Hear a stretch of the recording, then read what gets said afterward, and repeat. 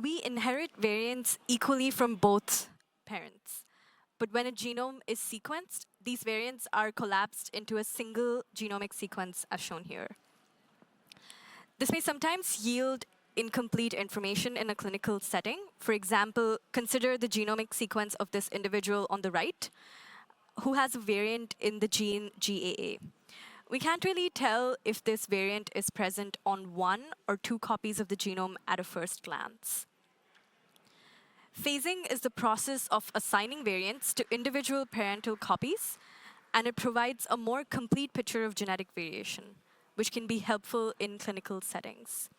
Using phased information, we can see that this individual on the right has a deletion on one out of the two copies of the GAA gene.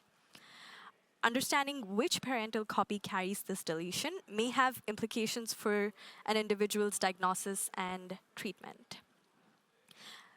But how exactly do we phase a genome? There are two commonly used approaches to phasing. The first is trio-based phasing, and the second is population-based phasing. Trio-based phasing uses information from sequenced parental DNA to resolve variants into maternal or paternal copies. However, this approach requires sequencing from both parents, which may not always be feasible. The second approach uses a reference population, which consists of thousands of individuals whose phasing information is known.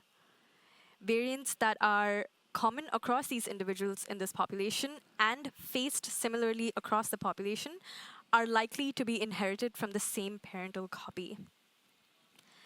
This method allows us to phase common variants in an individual, as we can see here.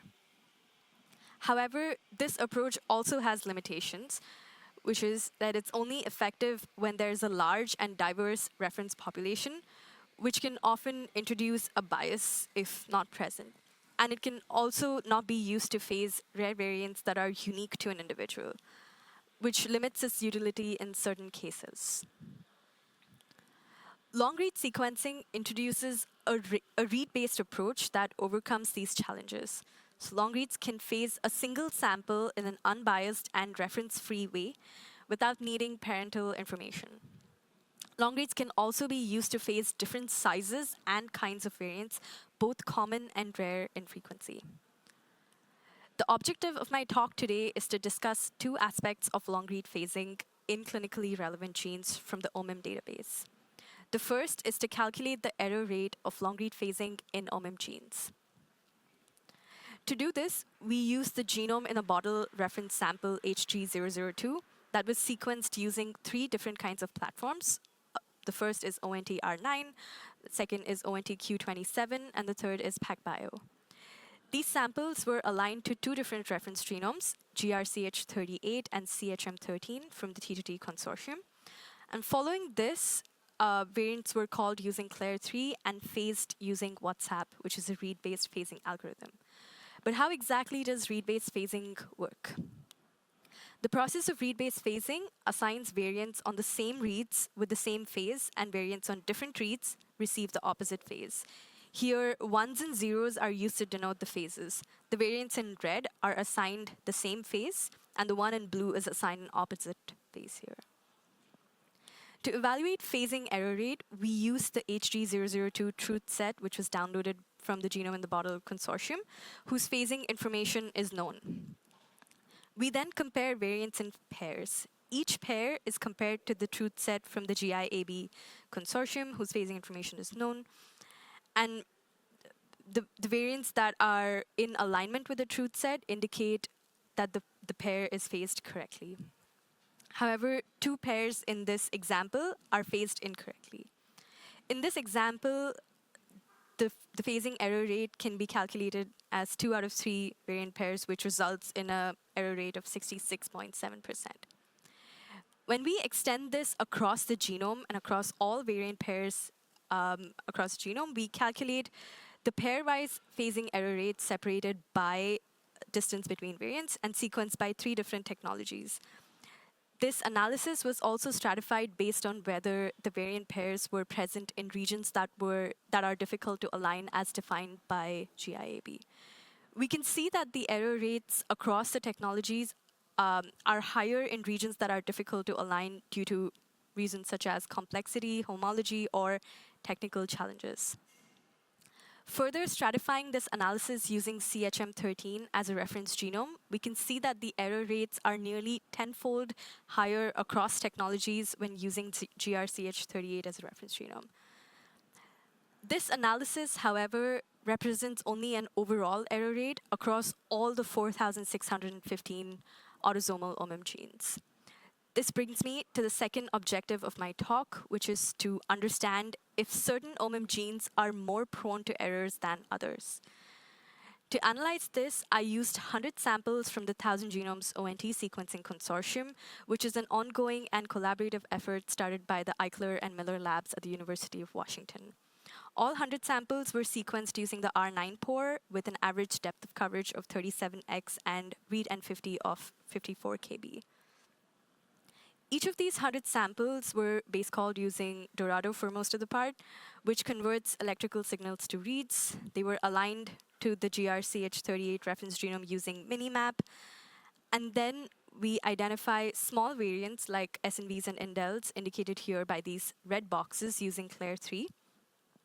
After variant calling, we phase these variants using WhatsApp, which groups inherited variants together. And finally, we use haplotagging software like LongPhase that uses phased variant information across the genome to distribute reads into the two parental copies, as indicated here. Using the 100 samples, I looked at the quality of variant calling, phasing, and haplotagging across OMIM genes. Variant quality can be evaluated using a quality metric commonly reported by variant callers. This is in Phred scale, which means that a score of 20 indicates a 1% probability of error. Certain genes like Haydn and UBE3A showed tight clustering of quality scores, indicating small variability across samples.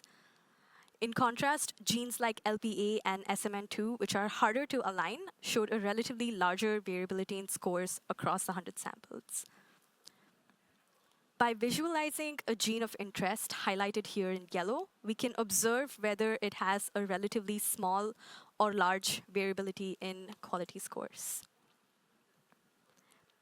Next, I evaluated phasing by calculating the percentage of variants phased across 100 samples for each gene.